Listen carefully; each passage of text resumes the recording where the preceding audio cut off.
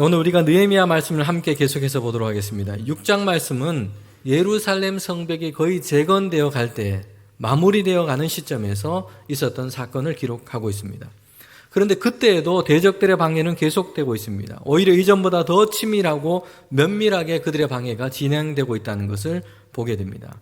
그래서 오늘 말씀을 통해서 우리는 알게 됩니다.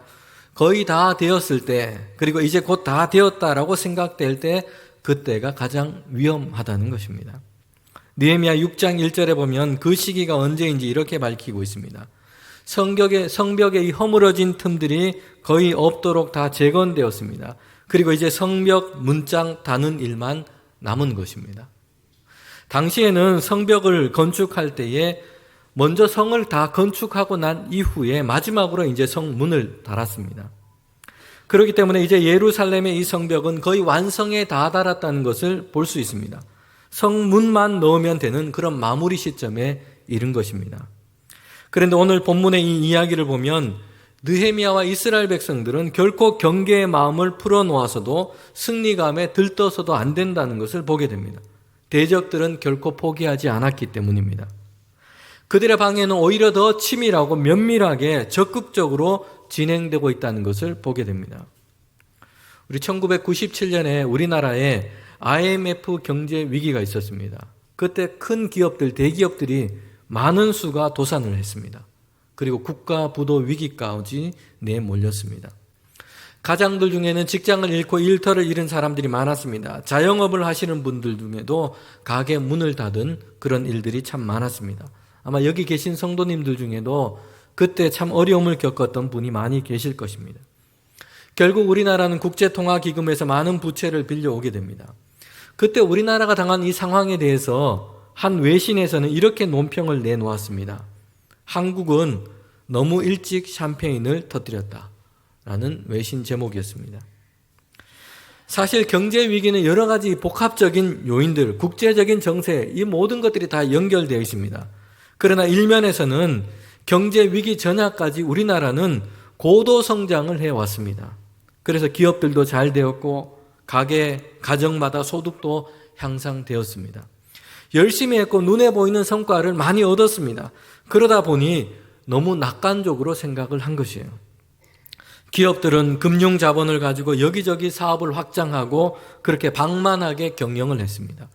사회적으로는 과소비와 향락을 즐기는 분위기가 고조되기 시작했습니다. 너무 일찍 승리감에 도취된 것이었어요. 그래서 바로 눈앞에 있는 산재해 있는 그런 위기를 제대로 알아차리지 못했던 것입니다. 오히려 그때가 가장 위험했던 것입니다. 느헤미야와 이스라엘 백성은 오랜 세월 동안 무너져 있던 이 황폐했던 성벽을 재건하고 쌓아 올렸습니다. 대적들의 방해들도 있었어요. 조롱과 비웃음을 당하기도 했습니다. 군사적인 위협을 당하기도 했어요. 그런데 한 손에는 병기를 잡고 한 손으로는 열심히 성벽 쌓는 일을 계속해서 했습니다. 허물어진 성벽이 거의 다 쌓아 올려지게 됩니다. 이제 성문만 달면 되는 시점까지 이른 것입니다.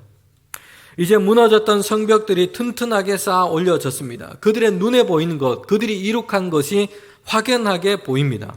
불과 얼마 전까지만 해도 황폐하게 흩어져 있던 그런 돌벽들, 이 성벽들이 이제 재건되기 시작한 것입니다.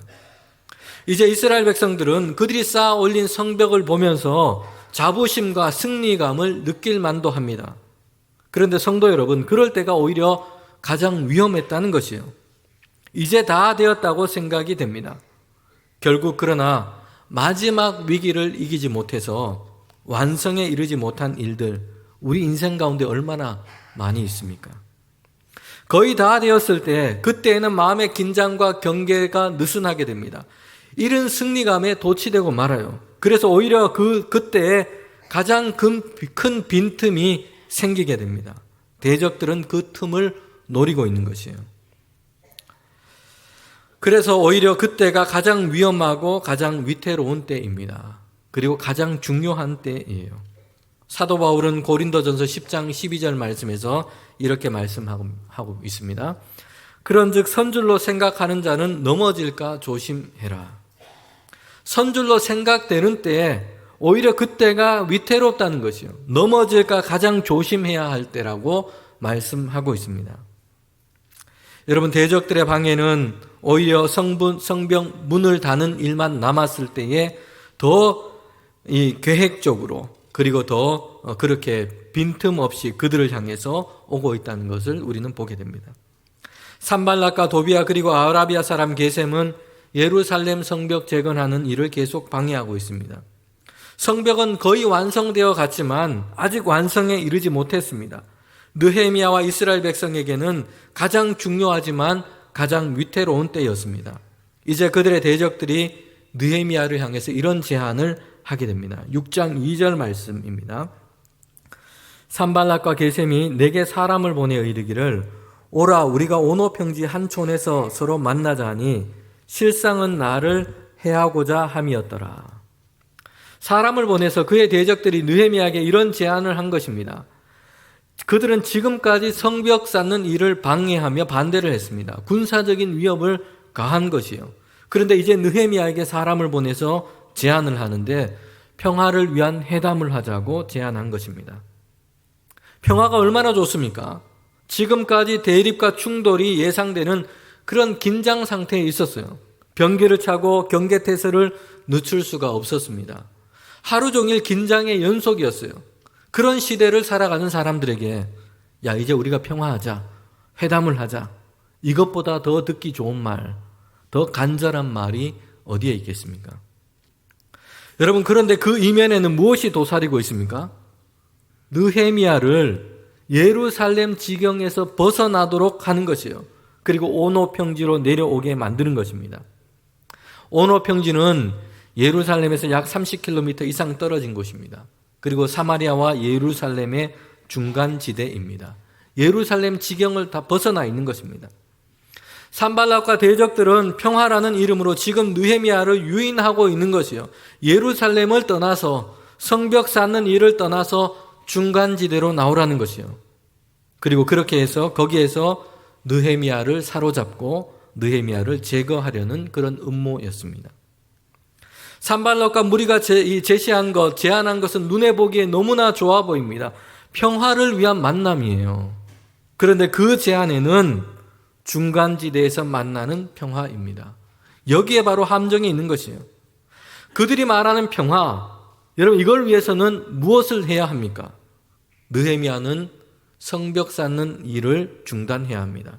그리고 예루살렘 지경을 떠나서 중간지대로 내려가야 하는 것이에요. 만약 느헤미야가 평화를 위해서 중간지대로 내려간다면 어떻게 될까요?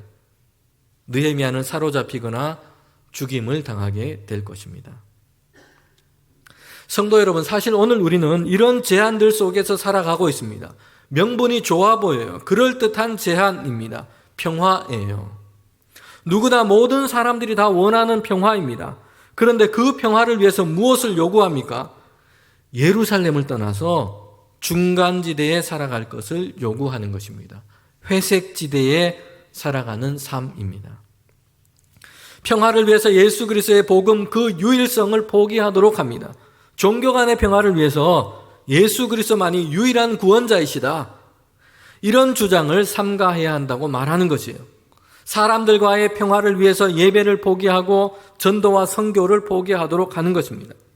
세상에서 평화롭게 살기 위해서, 사람들의 눈치를 안 보고 살기 위해서, 가치관의 대립을 피하기 위해서 어떻게 하라는 것입니까? 회색지대, 중간지대로 내려오라는 것이에요. 사실 그러나 이것은 함정이 되고 말 것입니다. 진리를 포기한 평화입니다. 본질을 포기한 평화예요. 그래서 세상과는 평화할 수 있을지 모르지만 하나님을 떠난 삶을 살아가고 말게 될 것입니다. 여러분, 대적들은 평화로운 삶을 내세우고 있습니다. 사마리아와 예루살렘 서로 평화하자, 화평하게 지내자. 그런데 여기에는 함정이 있다는 것이요. 평화라는 이름을 내세워요. 그런데 그 평화를 유인책으로 삼고 있는 것입니다. 느헤미야를 예루살렘 밖으로 끌어내는 것이요. 사로잡거나 해치는 것입니다. 이를 통해서 성벽 재건을 중단시키는 것입니다. 결국 산발락과 그의 대적들은 이스라엘을 연약한 상태에 머물게 하고 계속해서 그들의 발 아래 머물게 하는 것이요. 그들의 영향력 아래 이스라엘을 잡아매려고 하는 것입니다. 4번이나 사람을 보냈어요. 오노 평지에 내려와라. 평화를 위해 회담하자 제안을 한 것입니다. 그러나 느헤미야는 계속해서 거절을 했어요. 실패하고 말았습니다. 그러자 이제 대적들은 악한 관계를 계속합니다. 그들은 포기할 줄 모릅니다. 2번째 행한 일이 있어요. 그것은 거짓 소문을 퍼뜨리는 일입니다. 그래서 느헤미야와 이스라엘 백성을 두렵게 만드는 것이요, 성벽 재건을 중단하게 하고 이 문제를 풀기 위해서, 의논하기 위해서 느헤미야가 회담의 자리로 다시 나오도록 만드는 그런 계략이었습니다. 느헤미야 6장 5절부터 6절에 보면 산발랏이 5번째는 그 종자의 손에 봉하지 않은 편지를 들려 내게 보냈는데 그 글에 이르기를 이방 중에도 소문이 있고 가스무도 말하기를 너와 유다 사람들이 모반하려 하여 성벽을 건축한다 하나니 내가 그 말과 같이 왕이 되려 하는도다. 그리고 7절에 보면 예루살렘에 있는 선지자들도 이렇게 이야기하는 자들이 있다. 예루살렘, 이제 너가, 느헤미야가 예루살렘에서 왕이 되려고 하느냐, 성을 쌓고 이스라엘의 통치자가 되려고 하느냐, 이렇게 소문을 내고 있는 것입니다. 산발랏은 이 편지를 보낼 때에 느헤미야를 위하는 척 이야기를 하고 있어요. 지금 이런 소문이 곳곳에 퍼져져 있다. 만약 이 소문이 페르시아 왕에게 들어간다면 이스라엘 그리고 느헤미야 전체가 큰 재앙을 만나게 될 것이다. 그러니까 우리가 만나서 이 문제를 어떻게 해결할지 한번 상의를 하자, 이렇게 제안한 것입니다. 성도 여러분, 그러나 산발랏에게는 숨은 의도가 있어요. 6장 5절에 보면 편지를 보내는데 어떻게 보내냐 하면 봉하지 않은 채로 편지를 보내고 있다는 것입니다. 이 말씀은 생각하면 누구나 열어볼 수 있도록 그 편지를 열어서 보낸 것입니다. 의도한 것이 있어요.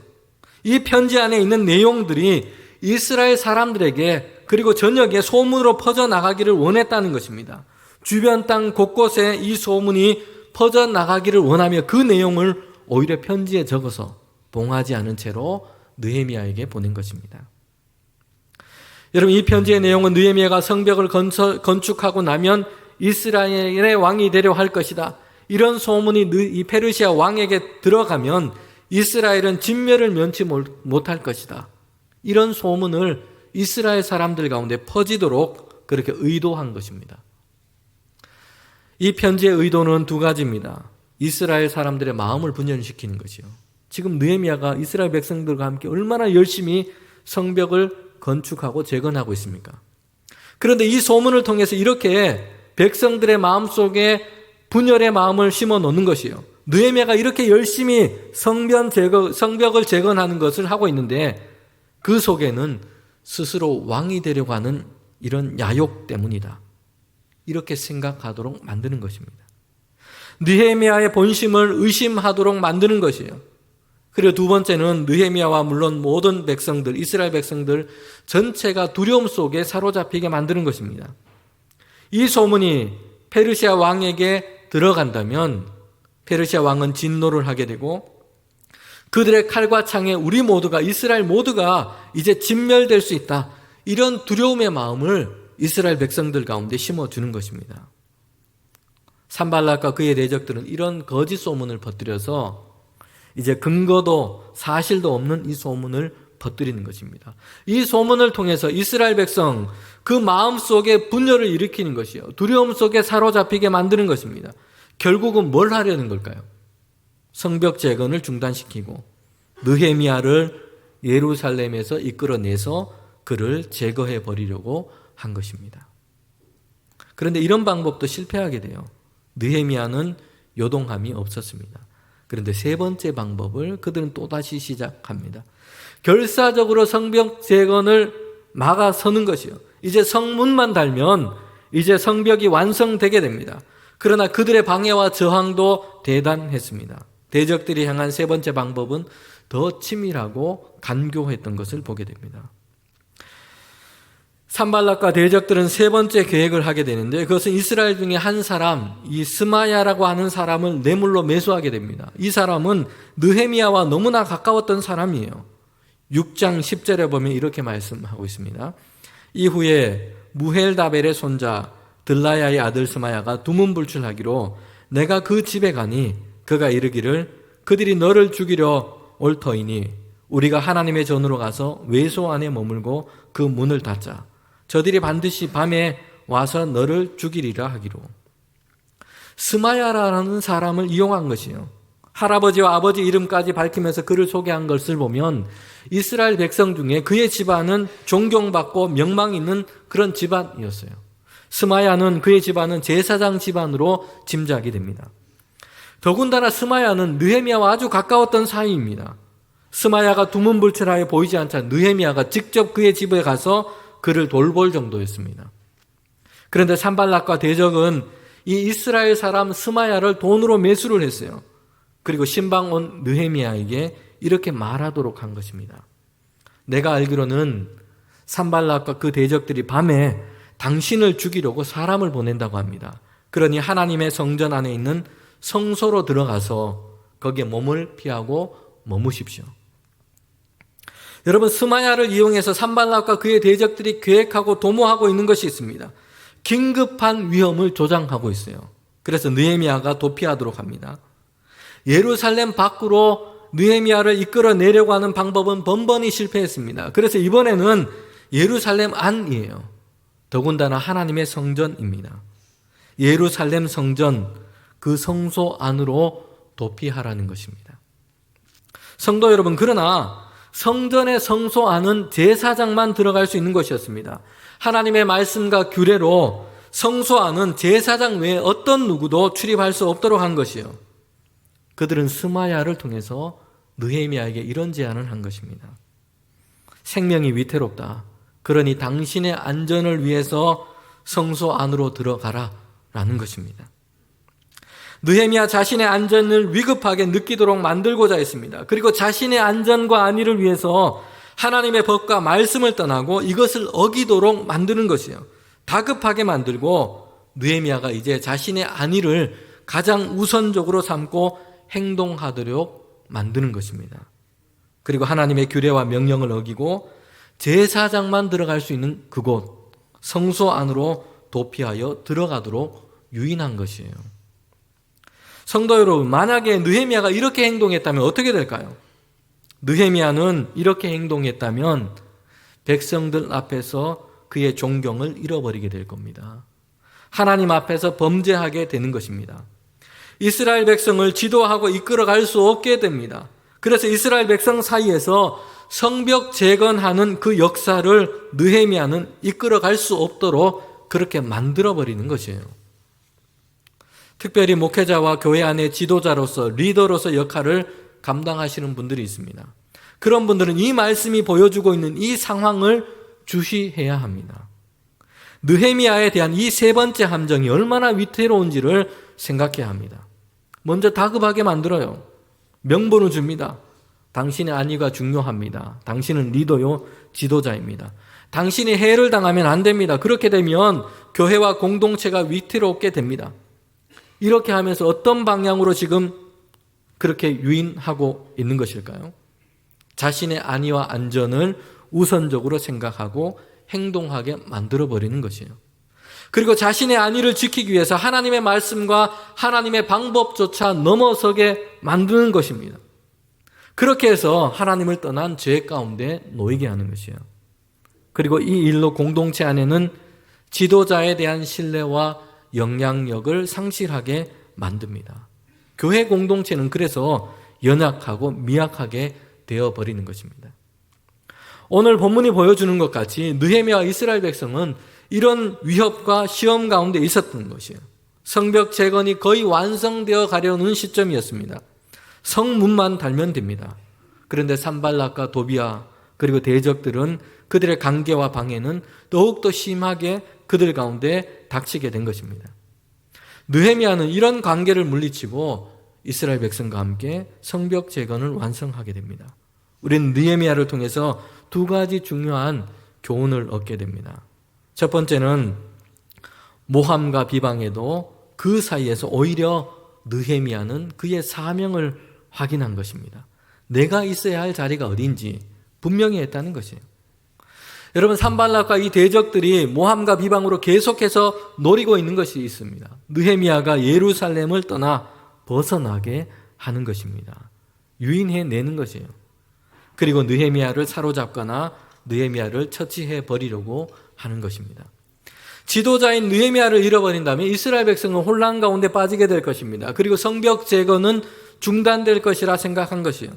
그래서 사마리아와 주변 민족들과 화평하자 평화를 도모하면서 느헤미야를 유인해 내려고 합니다.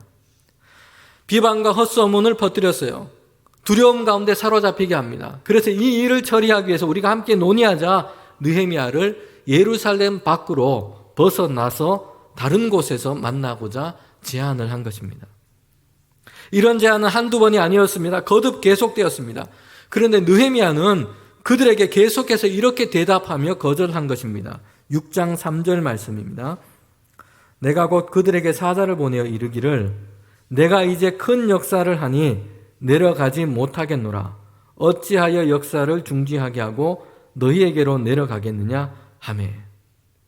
느헤미야는 내가 지금 이스라엘 백성에게 온 것, 예루살렘에게 온 것, 성벽 재건을 하기 위해 왔다는 것이에요. 느헤미야는 성벽 재건하는 그 역사를 이루어가는 곳, 이것이 그가 있어야 할 곳이라고 거듭해서 밝힌 곳입니다. 다른 어떤 일도 이것보다 중요하지 않고 다른 어떤 이유로도 이 역사를 감당하는 곳에서 나는 벗어날 수 없다라고 이야기한 것입니다. 여러분, 느헤미야가 대답 중에 내려간다라는 말을 쓰고 있습니다. 대적들이 나오라고 한 곳이 오노 평지입니다. 예루살렘보다 더 낮은 지형이기도 한 것이에요. 그런데 히브리 말로 내려간다라고는 이 단어는 영적인 타락, 하나님을 떠나 내리막길을 가는 것, 이것을 뜻할 때도 사용되고 있다는 것이에요. 창세기에 보면 아브라함이 하나님께서 가라고 지시한 땅, 가나안 땅에 가게 됩니다. 그는 거기에 머물렀어요. 그런데 흉년이 들어서 애굽으로 가게 됩니다. 그때에도 동일한 단어가 사용되고 있어요. 내려간다라는 단어입니다. 지형적으로 물론 애굽은 가나안 땅보다 아래에 있기 때문에 내려간다라는 말이 맞겠죠. 그런데 또 한편에서는 하나님께서 지시한 땅, 하나님께서 보내신 땅, 그 가나안 땅이에요. 그런데 아브라함은 그 땅을 떠나서 다른 곳으로 가게 된 것이에요. 그래서 내려간다라고 말하고 있는 것입니다. 느헤미야는 예루살렘을 향해 왔습니다. 그의 마음에 품은 소원이 있어요. 예루살렘 성을 재건하는 것입니다. 하나님께서도 페르시아 왕의 마음을 움직여서 느헤미야가 예루살렘에 갈 수 있도록 그렇게 인도하여 주셨어요. 느헤미야를 그곳에 보내신 것입니다. 성벽 재건하는 것이 사명이고 그곳에 하나님께서 이것을 위하여 느헤미야를 보내신 것입니다. 느헤미야는 거기에 있어야 했던 것입니다. 이것보다 더 중요한 것은 아무것도 없고 거기를 떠나 다른 곳으로 느헤미야는 나는 내려가지 않겠다라고 한 것이에요. 그의 사명을, 그의 본분을 다시 확인한 것입니다. 여러분, 그리스의 신화에 보면 세이렌 이야기가 나오고 있습니다. 아름다운 여성의 얼굴을 하고 있고 그 몸은 독수리 몸을 가지고 있습니다. 세이렌은 섬에 살고 있는데요. 섬 주변에 이제 배가 지나가면 아름다운 노랫소리로 선원들을 유혹하는 것입니다. 그의 노랫소리를 듣고 선원들은 유혹되어서 바다에 뛰어들어 죽게 만드는 것이에요. 그리고 배가 암초에 부딪혀서 난파되도록 그렇게 합니다. 오디세우스는 이제 그의 부하들과 함께 고향 땅으로 돌아가는 항해를 하고 있습니다. 그런데 이 섬을 지나가게 되는 것이에요. 세이렌의 유혹을 이겨내기 위해서 부하들에게 이런 명령을 합니다. 부하들의 귀는 소리가 들리지 않도록 다 이렇게 막도록 했습니다. 그리고 그 자신은 돛대에 결박해서 묶어 매도록 했어요. 어떤 일이 있어도 결박이 풀리지 않도록 그렇게 강하게 묶어 매도록 한 것입니다. 세이렌의 고혹적인 이 노랫소리가 들려오자 오디세우스는 결박을 풀려고 막 몸부림을 치는 것이에요. 부하들은 그의 명령에 복종해서 더 강하게, 더 단단하게 그를 결박했습니다. 그렇게 해서 마침내 세이렌의 유혹을 물리치고 이제 무사히 벗어나 섬을 지나갈 수 있게 된 것입니다. 성도 여러분, 거짓에 휘둘리지 않는 가장 좋은 방법은 진리를 붙드는 것입니다. 이처럼 느헤미야는 행한 것이에요. 자신의 진짜 본분, 그 사명, 이것을 분명하게 하고 거기에 자신을 붙들어 맨 것입니다. 대적들은 모함과 비방으로 느헤미야를 거듭해서 유인해 내려고 했습니다. 거짓 소문이 들려와요. 그럴 때마다 느헤미야는 하나님께로부터 받은 사명, 이스라엘을 위해 품은 사명, 이것이 무엇인지를 분명하게 한 것이에요. 성벽을 재건하고 완성하는 것입니다. 예루살렘에 머물면서 그에게 주신 그 본분, 거기에 그는 집중한 것이에요. 자신이 가장 우선되는 사명, 이것이 무엇인지 다시 확인하고 거기에 그는 머무른 것입니다. 여러분, 두 번째 우리가 생각할 것이 있습니다. 다급하더라도 하나님의 말씀과 방법에서 벗어나지 않도록 주의하는 것입니다. 여러분, 대적들은 돈으로 이 스마야라고 하는 사람을 매수했다고 했습니다. 그리고 그를 통해서 느헤미야에게 이렇게 얘기를 하는 것이에요. 밤에 대적들이 사람을 보내고 해치려고 하니 성소 안으로 피해서 거기에서 머물라. 사실 느헤미야는 여러 모양으로 위급함을 예상할 수 있는 그런 상황이에요. 대적들은 거듭해서 느헤미야를 유인해서 해를 가하려고 했습니다. 그런 일이 실패했어요. 그러나 언제라도 기회를 봐서 느헤미야를 해치려고 하는 그런 상황인 것입니다. 느헤미야는 그러나 이 스마야의 제안을 거절합니다. 6장 11절에 보면 이렇게 말씀하고 있습니다.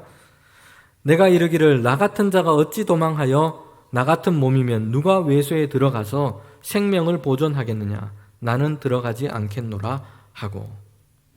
제사장이 아닌 내가 어떻게 하나님의 말씀을 어기고 성소에 들어갈 수 있겠느냐. 나는 그렇게 하지 않겠다라는 것이에요. 위급하다고 하여 내 안위를 위해서 하나님의 말씀과 명령을 어기는 일을 하지 않겠다는 것입니다. 여러분, 성경을 보면 그리고 나서 스마야의 이 말이 뇌물을 받고 지어낸 말이라는 것을 깨닫게 됩니다. 계략이라는 것을 알았기 때문에 거절한 것이 아니었어요. 제사장이 아니면서 자신의 안위를 위하여 그런 이유로 성소에 들어가지 않겠다. 이것은 하나님의 말씀에 어긋난 것이었기 때문입니다. 하나님의 식이 아니었기 때문입니다. 느헤미야는 그래서 이것을 거절한 것입니다. 다급하게 느껴지는 상황입니다. 그럴 때라도 이렇게 하는 것이 하나님의 말씀과 하나님의 방법에 합당한 것인가 생각해야 합니다. 만약 거기에서 벗어난 것이라면 당장 유익해 보이는 것이라도 거절하는 믿음의 용기가 필요합니다. 여러분, 그것이 오히려 우리 자신을 악한 죄로부터, 유혹으로부터 우리 자신을 지키는 길인 것입니다. 성도 여러분, 오늘 말씀을 우리가 기억하며 믿음의 삶을 살아가는 저와 여러분이 되시기를 원합니다. 미혹에 이끌리고 소문과 여러 가지 두려움에 적당히 편안한 회색지대로 내려가지 않기를 원합니다. 축복된 성도의 사명과 본분에 우리를 붙들어 맵시다. 다급할 때라도 나의 안위, 나의 편안함만을 생각하지 않고 오히려 하나님의 방법, 하나님의 말씀을 주시하여 살피는 저와 여러분이 되기를 원합니다. 거기에서 깨닫는 지혜로 날마다 믿음의 삶을 살아가는 우리 모두가 되기를 주님의 이름으로 축원합니다.